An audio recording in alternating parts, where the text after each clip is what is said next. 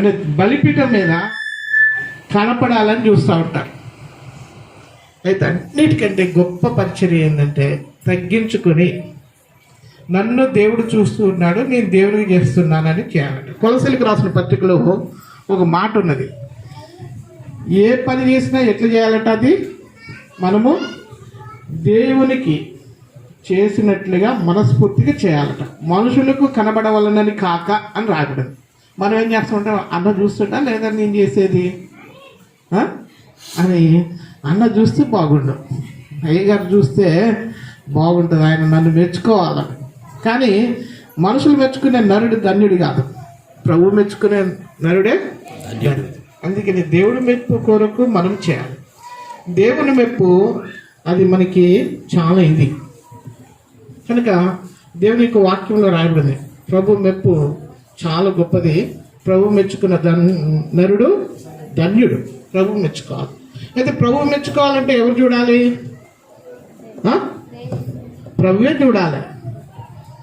ప్రభు చూసేటట్లుగా పరిచర్య చేయాలి. ఎంతేనా?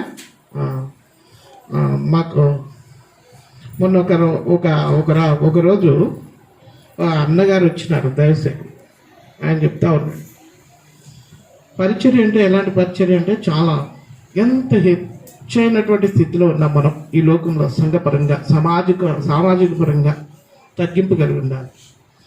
ఒకరోజు జయరాజ్ అన్నని ఒక అన్నగారు ఉన్నారు, దైవసేకుడు ఎబ్రోన్లో. ఆయన వాక్య పరిచర్య చేస్తుంటాడు. దైవసేకులు కాదు కానీ ఒక బాధ్యత కలిగినటువంటి సహోదరు. అయితే ఆయన ఏరే దేశం పోయినాడో అక్కడ పరిచర్య చేయడానికి పోతే, అక్కడ పరిచర్య చేయడానికి పోయిన తర్వాత ఆయన వాష్రూమ్కి పోయినాడట. వాష్రూమ్కి పోతే అక్కడ ఒక సహోదరి అదంతా వాష్రూమ్ అంతా క్లీన్ చేసి బయటకు వచ్చింది. ఈయనకు ప్రైజ్ లాడ్ బ్రదర్ అని చెప్పిందంట. ప్రైజ్ లాడ్ బ్రదర్ అంటే, నన్ను ఎప్పుడు చూశారమ్మా అంటే, నేను వచ్చిన ఫ్లైట్లోనే వచ్చినారు కదా మీరు అని. అవునవును, ఫ్లైట్లో మీరు ఏం చేస్తారు?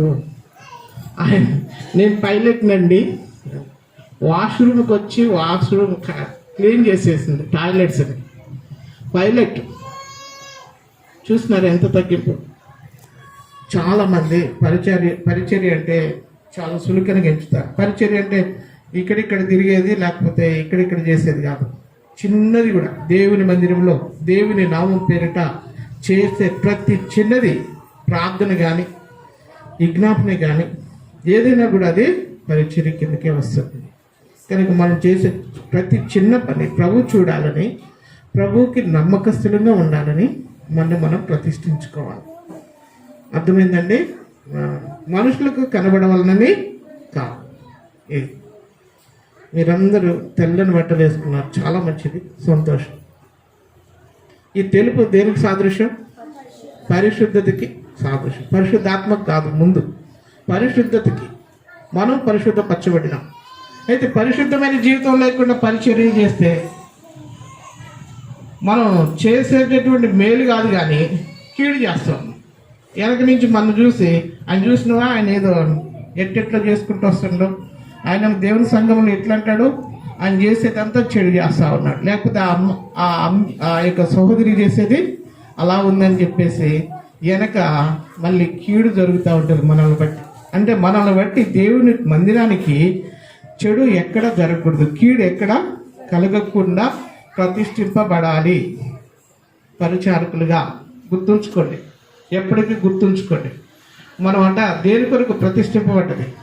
కీడు చేయటం మానటానికి, తర్వాత మేలు చేయటానికి. చేతనైతే ఏం చేయమన్నాడు?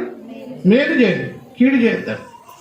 కీడుకి కీడు ఎవరికి చేయొద్దు, చేతనైతే మేలు చేయండి. మేలు చేయటం కొరకు దేవుని మందిరంలో మనం ఇతరులకు పరిచర్య చేయటానికి. యేసు ప్రభువారు చూస్తే ఆయన ఎంతో మహిమ కలిగినటువంటి మహోన్నతుడు. అయితే ఆయన ఎంత తగ్గించుకున్నాడు? సంఘంలో చూస్తే ఒక దినాన్ని చూసినప్పుడు ఆయన తగ్గించుకొని ఆయన ఒక టవల్ నడువు కట్టుకొని ఆయన ఏం చేసినట్టు తన శిష్యులకి కాళ్ళు కడిగినాడట. అంటే ఒకరికొకరు తగ్గింపు కలిగి ఉండమని చెప్తున్నాడు. ప్రభు కంటే ఎవరు గొప్పవారు కాదు సంఘంలో. అందుకనే ఒకరినొకరు తగ్గించుకొని ఒకరినొకరు హెచ్చించుకోవాలి. అంటే ఒకరినొకరు గణపరచుకోవాలి, హెచ్చించుకోవటం కాదు, ఒకరినొకరు గణపరచు. నేను మిమ్మల్ని గణపరచాలి, మీరు నన్ను గణపరచాలి. అలా మనమందరం కలిసి ప్రభుని గణపరచాలి. అట్లా అది ప్రతి ఒక్క పరిచర్యలో ఉన్నటువంటి గొప్ప వాక్యం అండి. పరిచర్య ఎవరు తగ్గించుకొని చేస్తే వారికి దేవుడు వాళ్ళని చూస్తూ ఉంటాడు, వాళ్ళకి ఆశీర్వాదం కూడా ఇస్తాడు. ప్రార్థన చేస్తాడు.